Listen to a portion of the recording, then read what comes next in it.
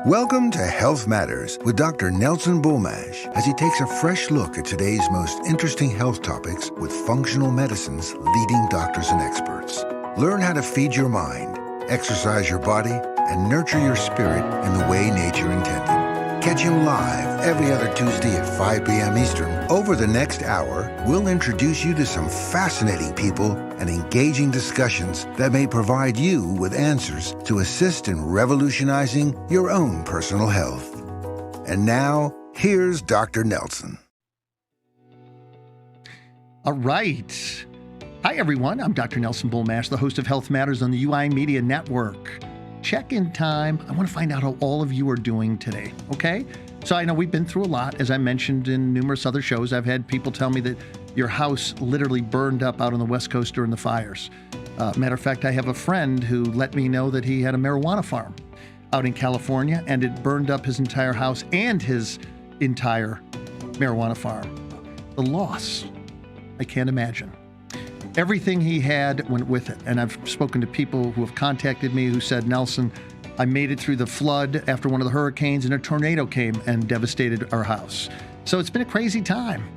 As I mentioned, I think the last show that we saw snow all the way down to the southern border in Texas, in Galveston. The pictures were pretty, but the pictures that people sent me of their houses being destroyed from pipes blowing out was not pretty. A matter of fact, my guest, too, shows ago was one of those people. She was on my show, and 2 hours later, she had numerous pipes burst in her house. Her house was flooded and now is being completely repaired, gutted from the inside out. So I know it's tough. So I'm checking in with you. I want to know how you're doing today. Oh, I hear you. Okay. You're doing okay. What does the word okay really mean? It's such a nebulous word, right? It doesn't really tell me about how you're really doing, does it? So let's do this. I'm going to ask you a series of questions. Only this time, before I ask you, we're going to use a scale. Here's what I mean by that. We're going to go 0 to 10. 0 is bad. Very, very bad. It means you're dying or you're dead. So don't tell me you're a 0. So thank you. So here's the thing. If you're a 1 or 2, it means you're doing poorly. If you're a 3 or 4, not really happening for you, is it? Now, if you're 5 or 6, that's where you would probably use the word okay. But I'd rather you not use the word okay. I'd rather you be real right now. I'd rather you really check in. A matter of fact, if you're home, please take out a pen and paper and you can write down these questions and you can write down your answer, 0 to 10. Obviously, if you're an overachiever, an outlier, you're going to score somewhere between 8, 9, or a 10. All right? So let me ask you this question again. How are you doing? Yeah, collectively, overall.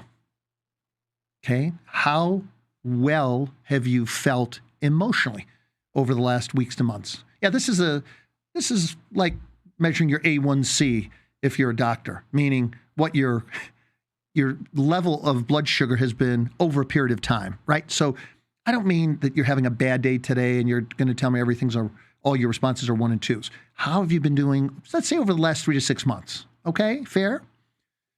So how is your energy? Do you have the energy you want to do all the things you want to do? Yeah, not so much. I didn't think so. What about how well are you recovering from all the crazy in your life? And I would suggest that most of us have a lot of crazy. The stories I hear, somebody needs to write a book because I've heard stories of people who lose their house one day. They have 2 relatives die of COVID a week later.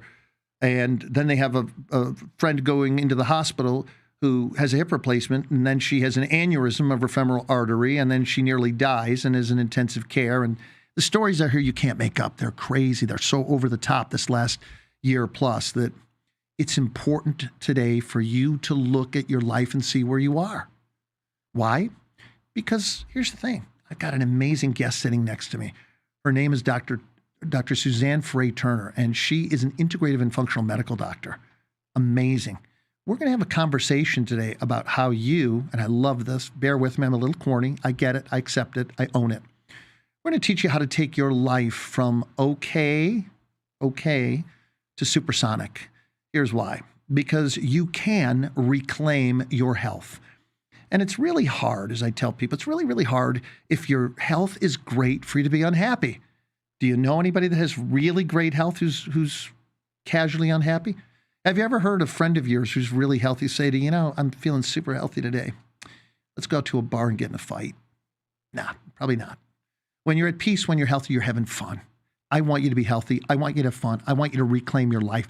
Today's going to be a conversation about things that you can do to powerfully and effectively jumpstart your life so you can go supersonic. Okay, you with me? All right, good. So let me read the bio of my friend, and you answer those questions. How are you doing overall? And I want you to think about these questions as we go through this interview. How are you doing overall? How's your mood? How's your energy? How well are you recovering? Here's one. How stable are your emotions? And here's another one. Don't throw anything at me, not on Facebook or here in the studio when I say this. How's your libido? The reason I ask that is not to get too personal with you. But here's the thing. If you're really spent, if you're really broken, you really have a libido. So for me, how much of a libido you have is very, very important, because people, and I'm not saying you have to engage sexually, but if you have a good libido, it tends to suggest that you're robust with all the things that are good to be an active person. Okay? All right, let me introduce my guest. She is Dr. Turner, who is a senior physician at Vine Medical Associates in Roswell, Georgia. She practices cellular and longevity medicine and has an advanced certification in endocrinology and peptide therapy. She teaches on the faculty of several national schools of functional, anti-aging, cellular, and peptide medicine. In her free time, Dr. Turner is a superhero who spends time with her husband, her children, grandchildren, lifts weights, and manages her urban farm. I love that. I've actually seen her chasing chickens around in pictures. Suzanne, welcome to my show, Health Matters. Nelson. So good to have you here. It's great to be here. Thank always. you. Thank you so much. Suzanne, the first thing I want to do is I want to make sure that our terminology is correct, because a lot of people don't really understand. People know that typical Western medicine involves them maybe going to the hospital or their doctor, and they know that they're going to have a series of tests or maybe x-rays, PET scans, MRIs to determine what's going on. They're going to get a diagnosis, and if they're injured, if it's really bad, they may have to have surgery to correct broken bones or tears, that kind of thing. If not, they're going to do some form of PT to rehabilitate whatever's injured. If they're sick with the disease, they're going to probably need some kind of drugs. If it's cancer, they may need chemotherapeutic agents, radiation therapy, or other new healing modalities that they're using. So as we talk about more of what you do now, what is the distinction between what I'm going to call our standard Western medical practices and integrative and functional care? It's a great question, Nelson. It's interesting. I was answering your questions while you were asking them. And it's interesting to see where I fall as we tend, I think, as business owners and such, to get very, to forget about how we need to be thinking about those things too, right, for taking care of ourselves. So I will answer those questions when I get home today. Oh, good. Then let me know what your scores are. I will do it. But thank you for prompting me for that. Yeah. I think the difference between, there's not a lot of difference between functional and integrative. Right. And I think if you're talking to someone about, if it depends on who you're talking to, because some people it's very important that you distinguish between them. I think if you're talking about integrative therapy or integrative medicine, a lot of people are specifically referring to using multiple modalities, either using chiropractic care and energy healing and hyperbaric medicine and really looking at several different modalities of medicine, or using different trainings. So maybe you come from a background of family medicine or of internal medicine or of pain anesthesia or cardiology, and you add to that a nutrition, or you add to that some knowledge of muscle testing that can help you to know how a patient may respond to that sort of care. So it's an integration of different modalities or different thoughts of medicine in taking care of the patient. I think that when we talk about functional medicine, we're talking about specifically focusing on the patient and the way that patient, what may be the original cause of why that patient's not well. And so, although I think they tend to overlap quite a bit, Right. some people have a particular need to have those distinguished because of the modalities versus very one type of medicine. So Beautiful, I think that beautiful. makes Thank you. I appreciate that, because so many people say to me, what is this functional and integrative thing that people talk about? So we're going to talk about how to get at the core of what's troubling you, whether it's a chronic injury, whether it's a chronic health process. Maybe you have diabetes, for example, and what we can do to begin to shift that. That's the beauty of functional integrative medicine. It evaluates where you are and seeks to take you down a path that leads you functioning at a much more effective, efficient level. And it's much more comprehensive in what it entails, what it involves, what it brings together to help you function better. Suzanne, I want to touch on this. You worked for quite a few years at a very esteemed hospital right here in Atlanta called Emory. Yes. And you had an amazing reputation, and yet here you are practicing more functional and integrative medicine. What prompted you to look at your life and to make that shift? I was practicing, probably seeing 30 or 35 patients a day. Right. And I kept seeing patients who were sick, but all their labs looked normal. And it was difficult to know what to do with these patients, because I knew as a person, as a human being, I knew that they were sick, but I couldn't figure out what was wrong. I couldn't find with Western or allopathic, we call allopathic medicine, I couldn't figure out what was going on with them that might be the reason why they were feeling badly, because everything that I was taught in school and all didn't really give me, not to mention, I didn't really have the time. And so when I think about comparing myself to an allopathic doctor, my heart breaks for them a little bit, because they really just don't, 7 to 10 minutes for every office visit. Right. There's no way. Yeah, you can get at the core, the root cause of what's going on. I have a new nurse practitioner who works in my office, and she has patients from her old office who came to us from her old office. And she said, "You aren't going to believe this, Dr. Turner. This old patient who came to me just completely opened up and shared all this information to me this past week in our visit." And I said, "That's because you have the time to spend with her." Right. Because we make a priority of actually listening to patients, and listening is a big part of our training. And it's not that that allopaths can't listen. It's just that they don't have the time. It's just I get it. It's very, very expensive to run a hospital, for example. It is. And I probably shouldn't say this. I hope my son doesn't get upset with me, but my son grew up in my office. He saw me take care of a lot of people. I took care of him, and I had very specific ways to look at him comprehensively. And though we might do, or his medical doctor might do specific blood work, everything always looked normal for him. He was never really had anything, Suzanne, as you mentioned, that was out of the normal range or scope. And one of the things that some of my best professors taught me is they said, "Nelson, if you look at what we call a normal bell-shaped curve," everybody remember that from math? Normal bell-shaped curve.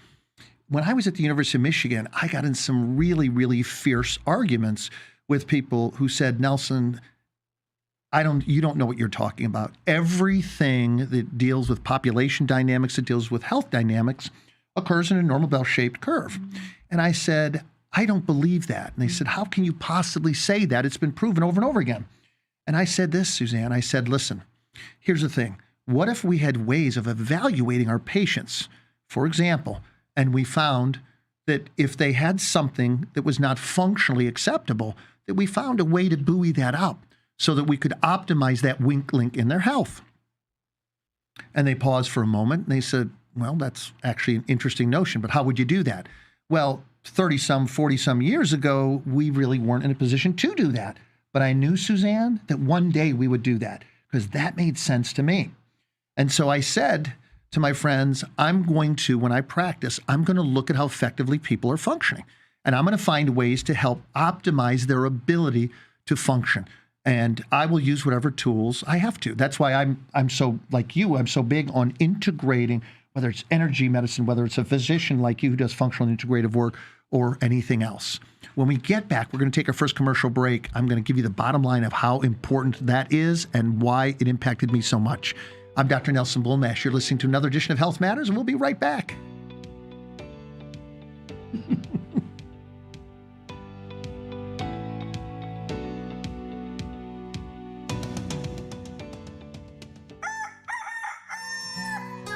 It's time to wake up, Atlanta. Wake up your inner self to the power of your intentions. Wake up to co-create the life you desire. Wake up to a conscious way of looking at the world with the uncensored Shannon McVeigh and the conscious voice of the South, Tim Ray. Tune in to Awaken Atlanta on the UI Media Network, sponsored by the United Intentions Foundation, and discover a whole new way of looking at the world as we bring to you everything from wellness to entertainment, motivation to current events, games, contests, prizes, and much more. Listen to us on Spreaker and watch us live on Facebook at United Intentions every Tuesday and Thursday from 6 to 9 a.m. Eastern. You can follow us on Instagram at United Intentions and on Twitter at Higher Intentions. We hope to see you there.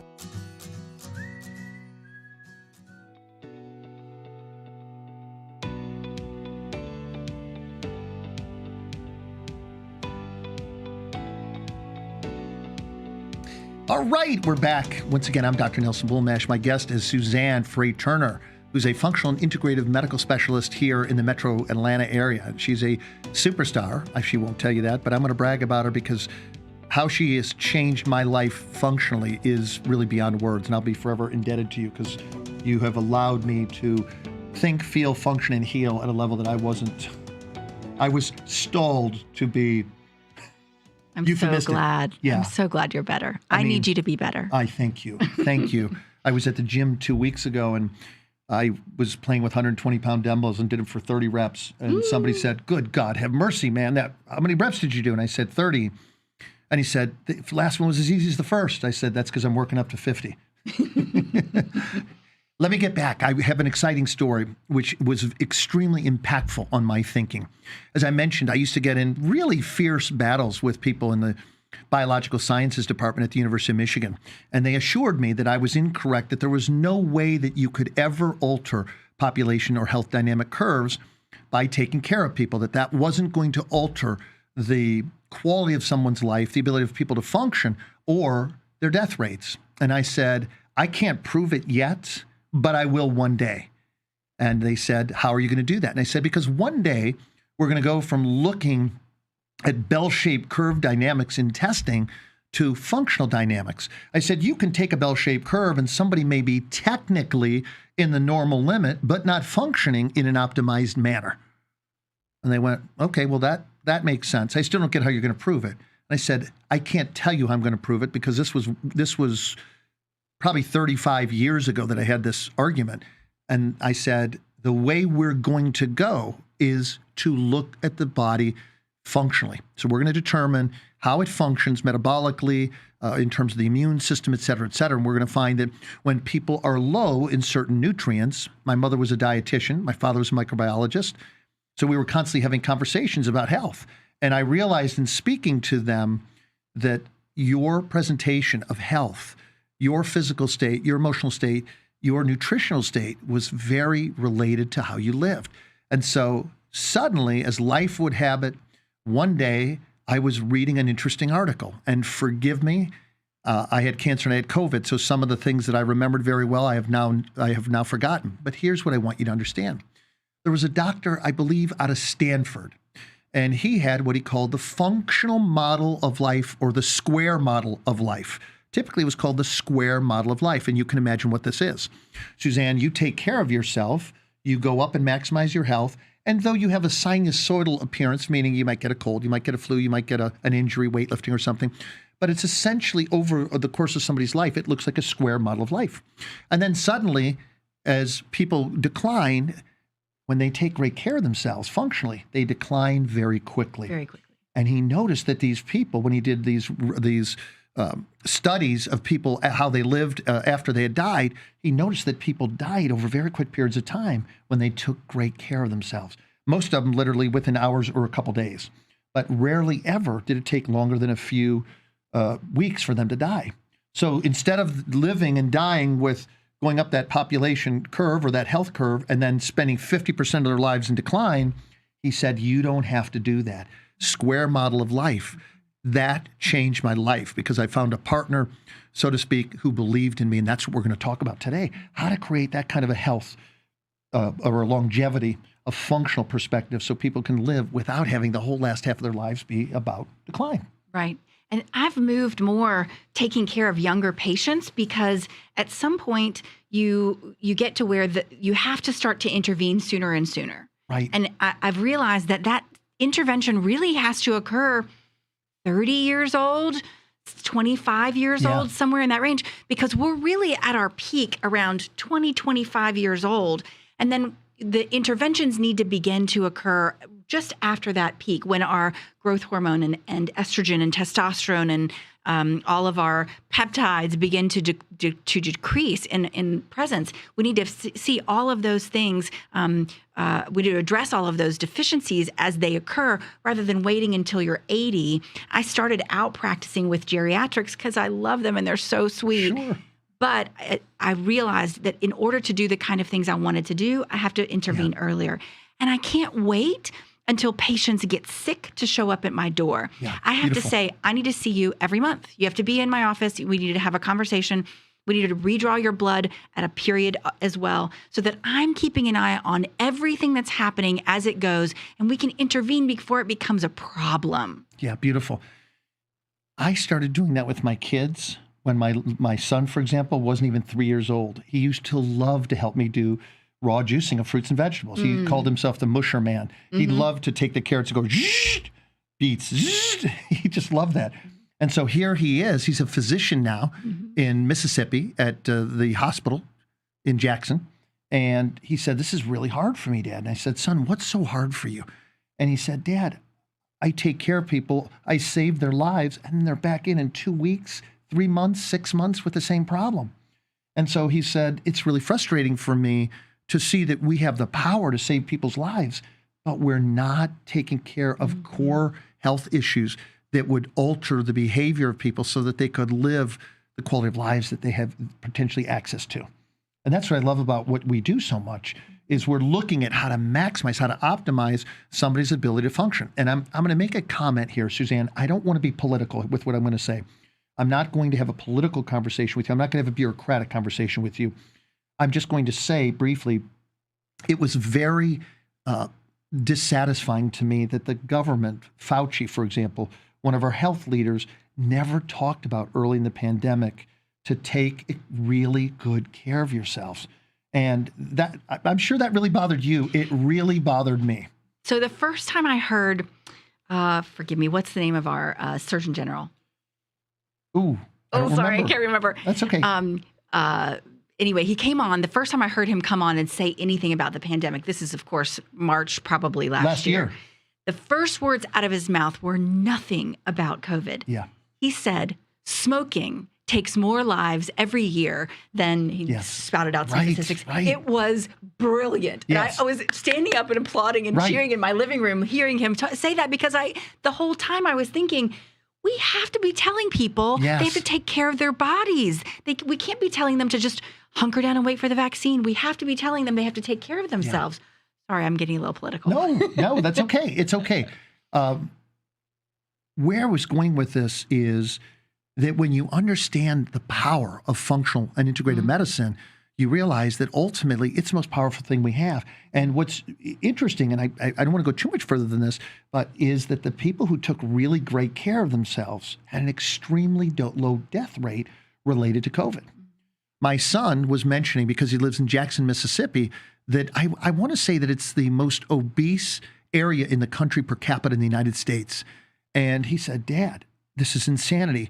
He said, I watched whole families die in our COVID ICU unit in the course of 1 or 2 weeks. Literally, whole families die. And there were certain things he noticed. They were all obese. They all lived off of sugar, alcohol, these kinds of things. Horrible. Didn't eat vegetables. Salt. Refined, bleached white, refined. So they didn't do anything to take care of themselves. Now, and this is about as far as I want to go with this, is all of the research now indicates that if you're a diabetic, if you're obese, if you're somebody that you produce too much insulin, or your your blood sugar is out of control, you're going to be at a dramatic increased risk of dying, not only from COVID, but any kinds of pathogens. And I just want to say that for the record, it's just disappointing that nobody went there, because I think had we done that, I think there'd be far less than 500,000 people that would have died. Yeah. You agree with me on this? Yes. Yeah. I did hear several respected colleagues in functional medicine talk about it, but of course they were on small venues. They weren't on national news. Right. Yeah. Bill Maher's pretty testy. He's mentioned it a few times, but he's not considered one of our elite, quote unquote, healthcare leaders. So Suzanne, let's talk about some of the real, and I won't give away all my secrets, but you did some amazing things with me. You used things like Peptide. And this I will share with you. The first time I had COVID, it started in November of 2019. Real quickly, a friend of mine was working in a level 4 lab here in Atlanta, Georgia, and her workmates all went to China for research. One of them almost died when he was in China. He said it was so fascinating. Apparently, he got a vitamin C IV and Chinese herbs, and he said, I walked out in 36 hours. He said, I was so sick, I didn't know what to do with myself. The others, however, didn't get treatment. They came back to the United States. They all work in close proximity. They got her sick. She said to me, Nelson, may I come in? Will you help me? I said, of course you can help me. We hadn't had a pandemic, Suzanne. I took great care of her. It took me a few months to figure this out. And she said the same thing I did. When I spent time with her, trying to help her, suddenly 5 to 7 days later, I was having terrible breathing problems. And so much so that I got a pulse oximeter, and I was checking myself hourly. And I found that in the evening, starting about 5:30 or 6 p.m., my oxygen saturation would go down and down and down. And by midnight, it could be 82. And I'd be walking around the house at 62 to 64 degrees. I'd be drinking a gallon to a gallon and a half of water because I would be all night long. And I was mechanically breathing, but I wasn't saturating my cells with oxygen. So I was super lightheaded. I had bad headaches. I couldn't see well, right? And then finally, over about little over 4 months, I finally figured out a protocol, because it occurred to me, you know what? Maybe I had this before everybody said it was really here. Right. And then, of course, when I had my antibodies tested, it confirmed that that was a correct yes at the time, right? So you helped me so much. I lost 50 pounds. I went from a 270-plus pound man down to 220 pounds. And though my wife said, you look fabulous, honey, I don't like being that small. I like being more athletic in appearance and stronger. So to her chagrin, I have gained back about 35 pounds. But you used peptides to really dramatically accelerate. And when you did, Suzanne, it changed the whole direction. Like I wasn't moving forward in my health and my healing process. And so you put me on a variety of peptides that really dramatically, I blinked my eye, and in less than 3 weeks, I gained 12 or 15 pounds after I started seeing you again. Now, don't worry. Peptides don't always make you gain weight. Thank you for clarifying. That was his goal. I appreciate you clarifying that, Suzanne. Please understand, I was not obese. I was a large muscular man and lost 50 pounds of muscle. To a man, I was crying in the shower, if you understand what I'm saying. That was really rough on me. And so she's absolutely right. I don't want you women to think, I'm not gaining, 12 or 15 pounds. And are you kidding me? No, I wanted to. It was a sign that I was getting healthier. Right, exactly. And when you're able to gain muscle mass, that really is a sign of you being in a healthier state, much like you were talking about libido earlier being a sign of healthy state. If you are procreating, if we just think about going back to basics, if you're procreating, then we want to keep you alive. And exactly. So, a matter of fact, that's a scary thought in a way, because in China, they said, my friends who worked with colleagues in China said that one of the things they differentiated with, if they didn't think they could help you as an elderly person, they eliminated you from the hospital so they could take younger people who could procreate. That's one of the comments they made that was kind of scary to me. Folks, listen, we're going to take another commercial break. We'll be right back. I'm Dr. Nelson Bulmash. You're listening to another edition of Health Matters.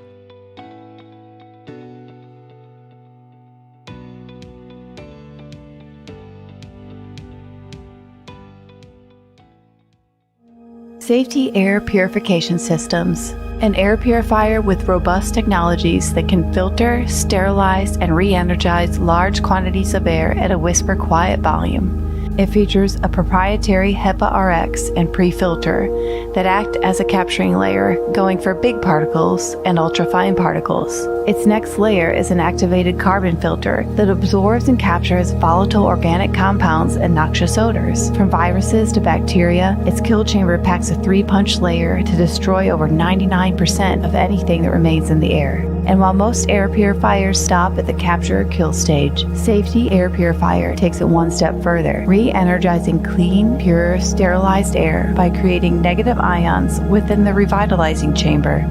The Safety Air Purifier also monitors air quality in real time, utilizing smart sensor technology that helps you breathe better air, increase productivity, and improve morale. But don't just take our word for it. Ask the thousands of workplaces we've helped. Fortune 500 companies, dental offices, senior facilities, K-12 schools and universities, and professional sports teams. The Safety Air Purifier's robust technology combined to protect you against indoor air pollutants and viruses to make the most powerful yet quietest air purifier. Safety Air Purification.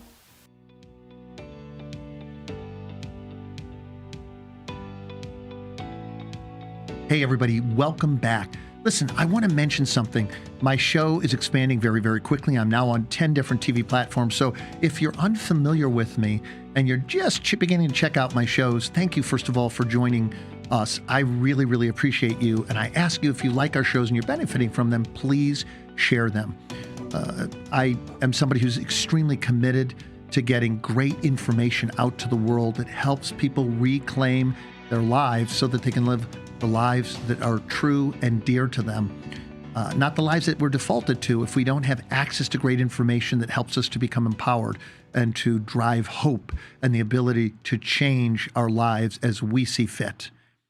So I want to go in now, Suzanne, if you're comfortable with it. I want to talk a little bit about some of the incredible things that you did with me to help me restore my health. And folks, one of the things that a lot of people don't realize, many people, when we talk, for example, and this is just an example, you can take any kind of a health problem and look at the pathophysiological dynamics of whatever it is. I'm talking about COVID because she was so incredibly effective in helping me specifically return with some of the great tools that she used. Suzanne, one of the things you did with me is you really, really helped my digestive function. You mind talking a little bit about that? Of course. So I think that we have to realize that the intestines are the source of a lot of disease in general. Yes. So if we're talking about diabetes, if we're talking about dementia, there's so much research. If you just put in microbiome in any disease state, almost always there's research to show Right. that there's a correlation. And we think that this is related to the stress that happens on the cells inside that line the colon and line the small intestine. If there's an imbalance in the bacteria that live in the colon, Right. then we start to see things occur. So this can happen because of all kinds of reasons: antibiotic use, even a colonoscopy prep, a Right. stomach flu, anything that might disturb your intestinal bugs, the good bugs that live there. If anytime that happens, you start to set off this inflammatory process that occurs all around the colon. That inflammatory process doesn't stay just there. The colon creates the neurotransmitters or chemical messengers Right. that affect your brain. And so your brain begins to have things like dementia, depression, anxiety. It controls the things that you do, cravings for different kinds of foods. Yeah. And so that inflammatory process begins to develop, and then it goes to other places in your body where you may already have inflammation. So the pancreas, for example, if you're talking about development of diabetes, or the back, if you have a back injury, or a knee, if you have a little joint injury. And so the inflammation that occurs in the intestines can be influential on the way the rest of the body works. It's sort of like Henny Penny in the stomach begins to say the sky is falling, and now everyone around begins to react, oh my gosh, the sky is falling, and we get things like arthritis or joint pain. Right. So if we begin to address the things that are happening in the intestines first, we see that a lot of other things sort of fall into place, that the whole inflammatory milieu decreases. So I typically will start, we know that the intestinal bugs, when you eat fiber, your healthy intestinal bugs will convert that into your colon cell's favorite food, which we call butyrate. That butyrate is so beneficial to the way the cells work. It's the cell's favorite food. And when they get the food they love, just like you, when you get the food that's good for yourself, you begin to behave properly. Your colon cells make things that are called antimicrobial peptides that kill off all the abnormal bacteria. They're very involved with vitamin D, and we're very familiar with how vitamin D works in COVID and how it's beneficial in patients who have COVID. And then if you have an imbalance in your intestines, and then in your microbiome, and then you treat with a little bit of butyrate, now you're teaching those cells how to function optimally, which is what we want to do with the whole body. And now the bugs that aren't supposed to be there don't thrive, because if you're in a state that's healthy, then those bugs aren't going to hang around. The good ones will hang around because they're happy in a symbiotic relationship. Right? So now you have a healthy colon. The inflammatory state of the whole body begins to go down. So we really started there with treating you, with just getting all the inflammation to go down by treating the colon first. Butyrate can be given in lots of different forms. We can give it rectally, we can give it orally, we can give it IV. All of those have different ways to be valuable. We can actually get your body to generate another similar product called 3-hydroxybutyrate by fasting. So a lot of times in patients who are dealing with significant illness, I'll start them out by doing even a short fast of 12 hours a day, something not very long. Your brain runs out of glucose stores at about 8 hours.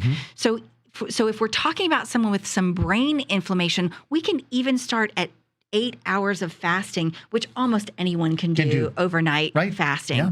And so I usually will try to get people to do a 12-hour fast if we're talking about the brain. If we're talking about the rest of the body, you probably need to do a little bit longer fast. But there is an area of diminishing returns, a point of diminishing returns, where people will stop getting benefit if they increase their fast for longer and longer, especially if you're doing a prolonged fast for a prolonged period of time. Everyone is different. Everything can be done differently. And please check with your own personal physician about whether or not these things are right for you. However, if you're talking about doing a prolonged fast, I usually don't recommend anyone do any sort of significant diet for longer than about 3 months. Yeah. Partly because your body is going to adjust to that over a period of time, but also partly because you really don't want to restrict. There may be micronutrients that you're missing. Yes. There may be... that becomes so very apparent, Suzanne, as you work with people who, for example, when people don't eat grains, eventually they show up with manganese and vitamin E deficiencies. I see that very, very routinely. And so it is, thank you for that, Suzanne. It's so very, very important to have a healthcare provider. I was so blessed to have you, because when I started doing the butyrate implants, suddenly we were feeding the good bacteria. My nausea went away, my digestive system turned on again, my immune function hit.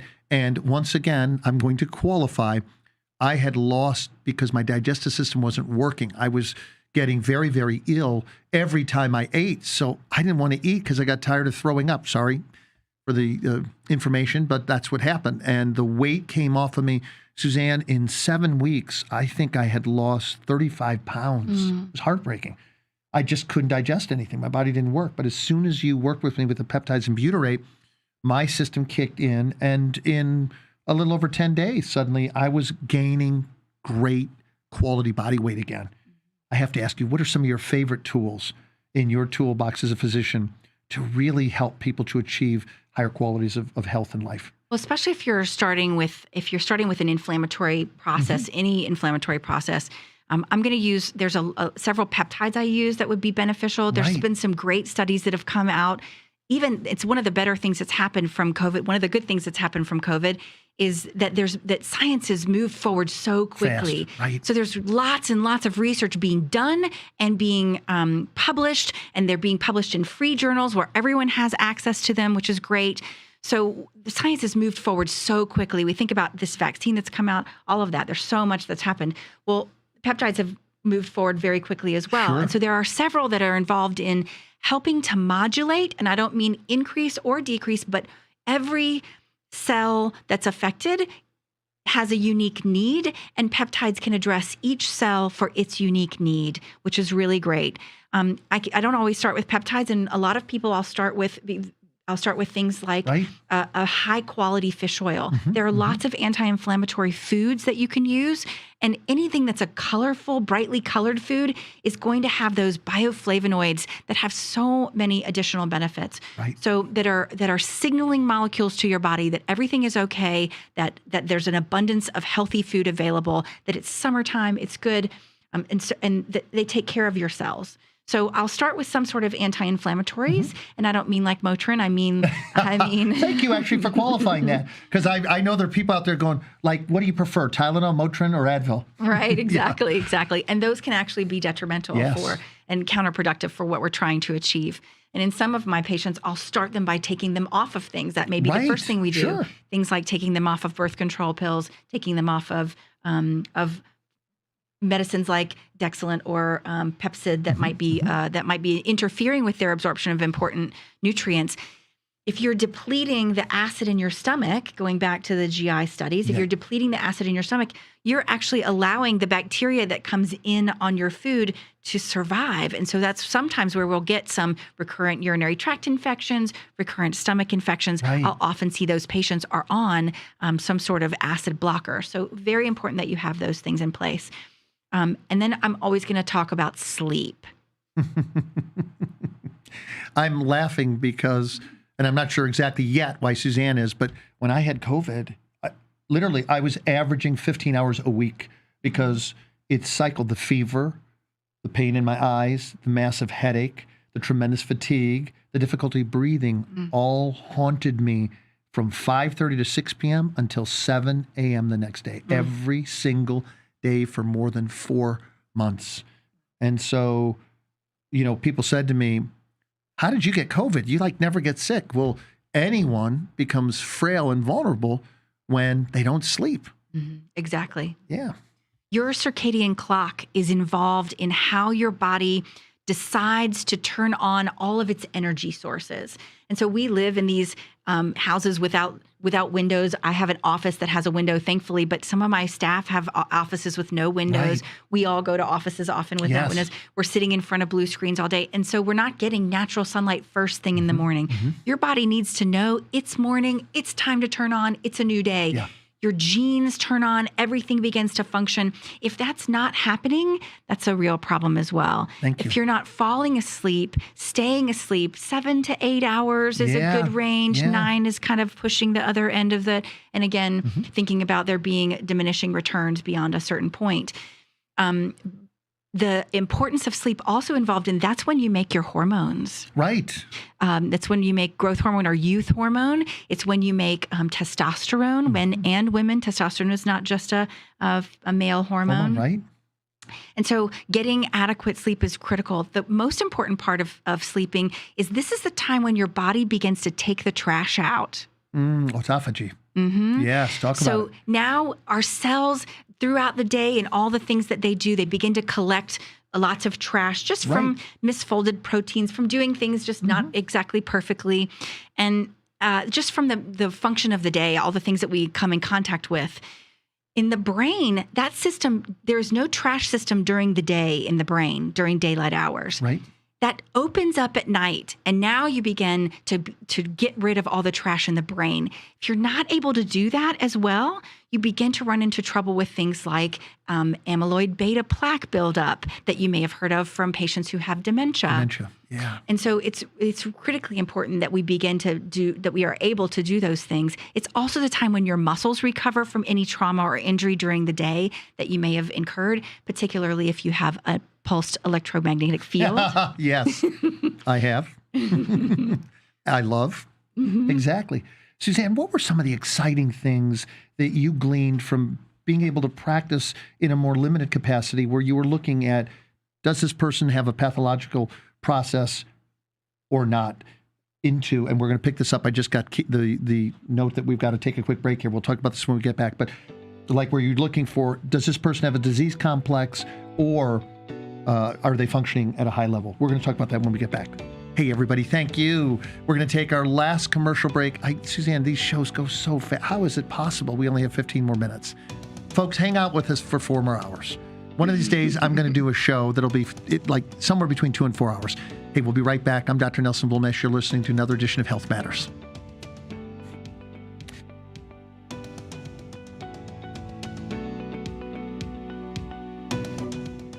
If this content resonates with you, don't forget to subscribe to our channel at uimedianetwork.org to stay updated with our uncensored shows. Also, like and follow us at UI Media Network on Facebook, Instagram, YouTube, Twitter, and almost all your favorite podcasting platforms.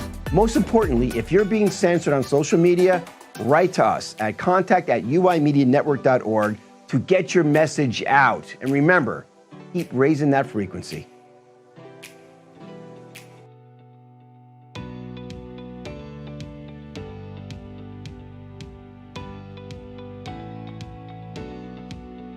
All right. I just want to finish up because we had to take a quick break there, a quick commercial break.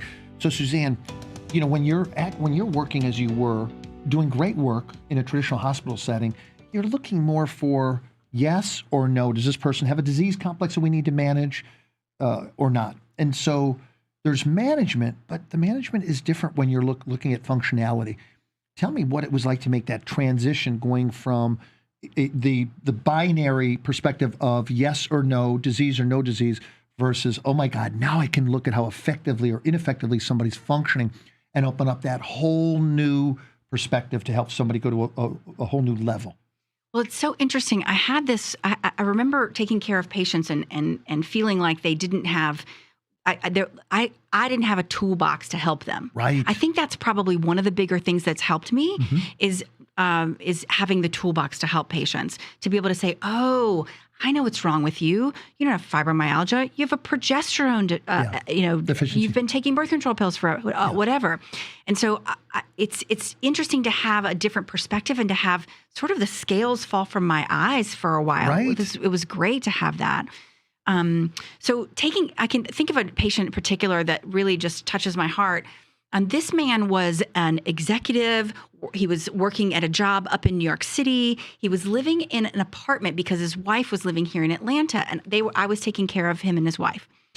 And so he was living in the apartment, and because I was doing allopathic medicine at the time, and I would like to call it volume medicine, right? Because I was doing that at the time, I did not have an opportunity to get to know what was happening with him. So what was happening with him was there was an air conditioning unit in his building that was full of mold. And we didn't know, of course, that he had a susceptibility to this.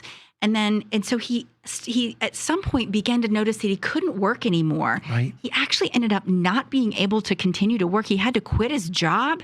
He's been unemployed for about 10 years. Oh. So then he came to see me after I was able to change the way my practice worked. And we sat down and figured out that he actually did have some susceptibility to the mold toxins that occur. Right. And it's a condition called SIRS.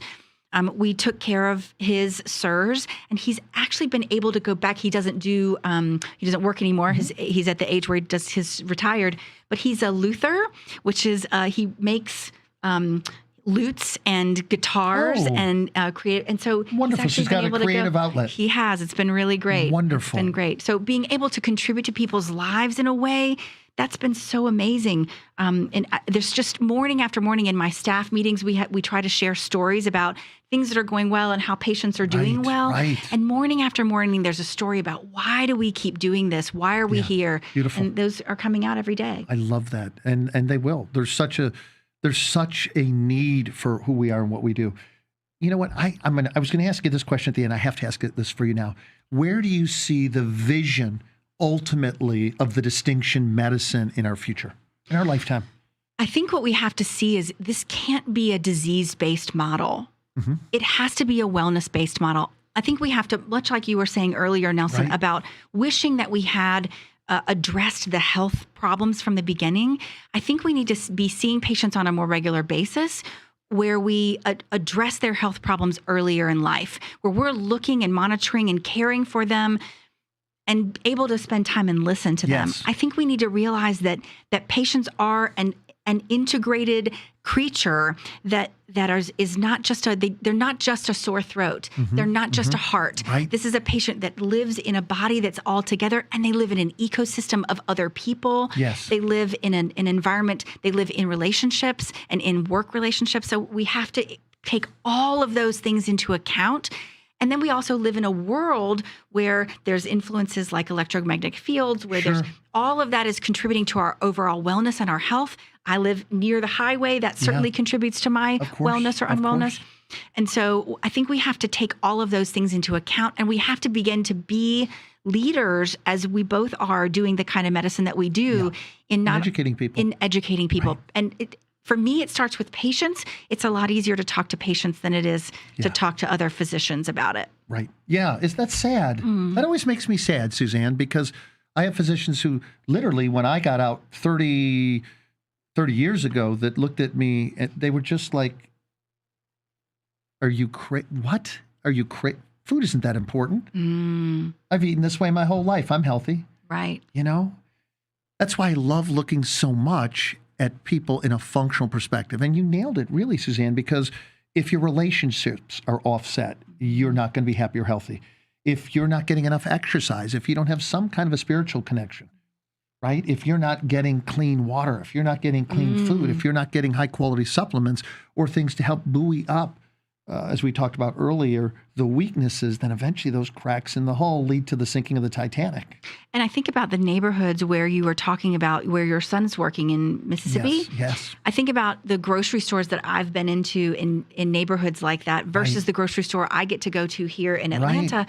I have really fresh produce. I have lots of choices over organic foods where I live, and they might just not have that opportunity like I do. My son laughed. Although they now, outside of Jackson, Mississippi, they have a Whole Foods. I know that because I visited my son and I said, take me to the closest Whole Foods, and he did. So, and the Walmarts are carrying organic foods. Yes, they are. And so are the big Targets. Right. So I remember when I went to Alaska, gosh, how many years ago was it? 15 years ago the first time. And I went into a grocery store and I said, where's your organic produce? And people looked at me and said, all produce is organic. What are you talking about? I meant, well, yes, technically, but I mean, where it's not sprayed with pesticides and herbicides, and I don't know what you're talking about. The vegetables are over here. That's all we have, and that's what we have. When I went back 2 years ago, it was a whole different conversation when I went back to the same stores. Sir, as a matter of fact, we now have an organic section, and we have much higher standards, and so we get our vegetables from sources that don't use herbicides. They may not be organic per se, but we use people who use the cleanest methods, most effective methods to render our foods as nutrient-dense as possible. And I went, okay. Good. Super. That was, it was shocking to me. I think that's a good place for us to start with our healthcare in general. And I think one of the things that needs to happen, and if I ever become super wealthy, and you can hold me to this, one of the things, Suzanne, I want to do is I want to have people that I can send into these poor environments and teach them how to farm in their communities. Empty lots, create a plot where they grow their own fruits and vegetables. Because what I have seen over and over again is when people start doing things that drive health, putting good things in their mind, good information in their mind, good nutrients in their body, life abounds. Life goes. Downtown Atlanta has a place like that. There's a good Samaritan clinic where they have a garden outside.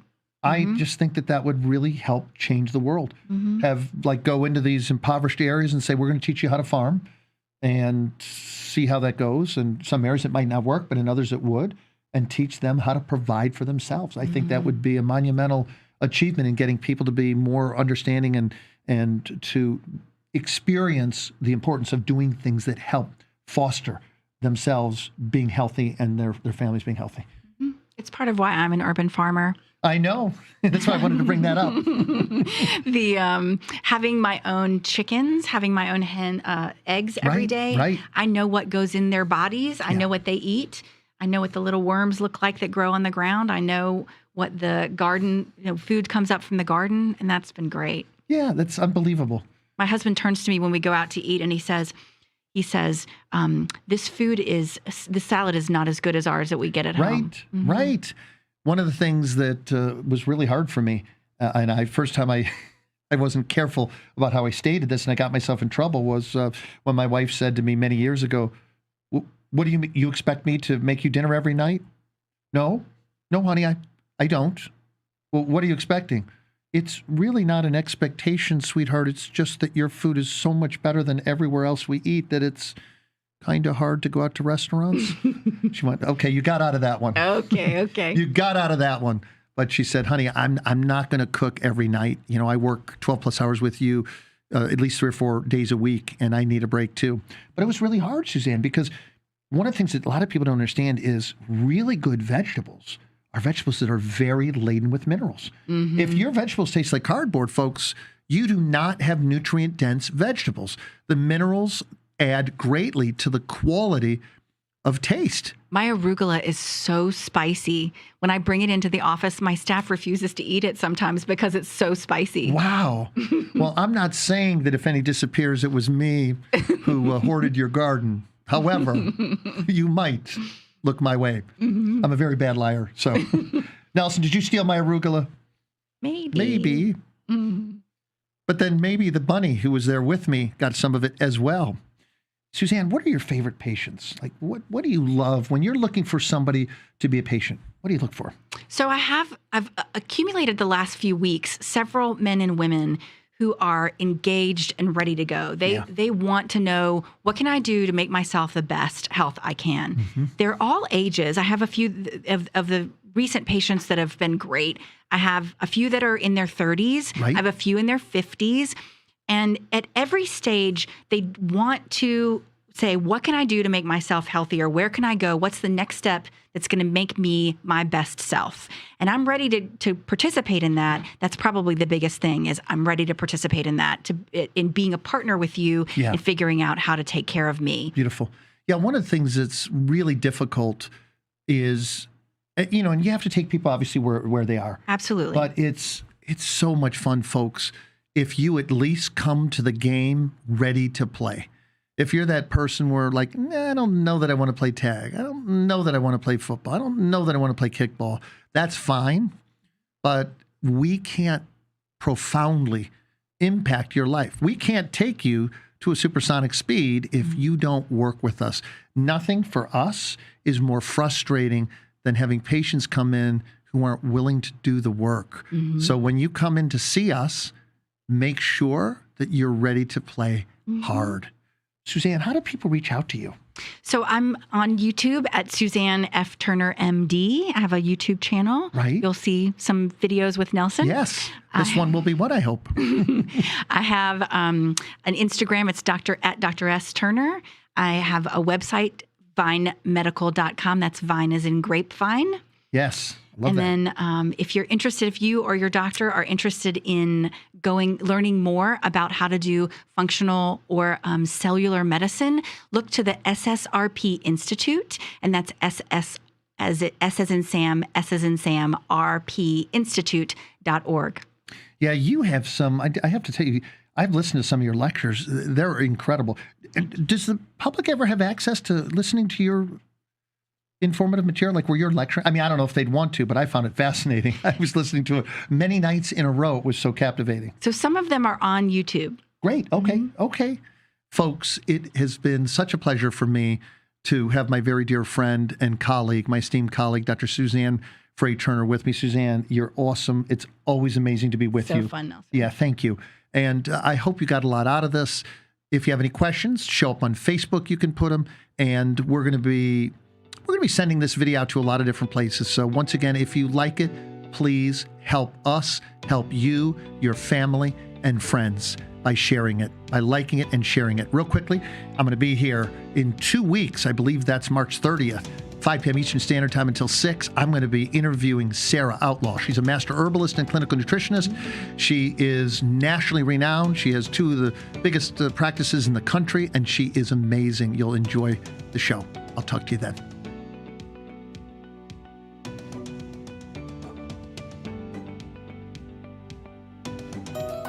Thank you for joining us on this edition of Health Matters with Dr. Nelson Bulmash, where we help you discover how to ignite your mind, body, and spirit connection.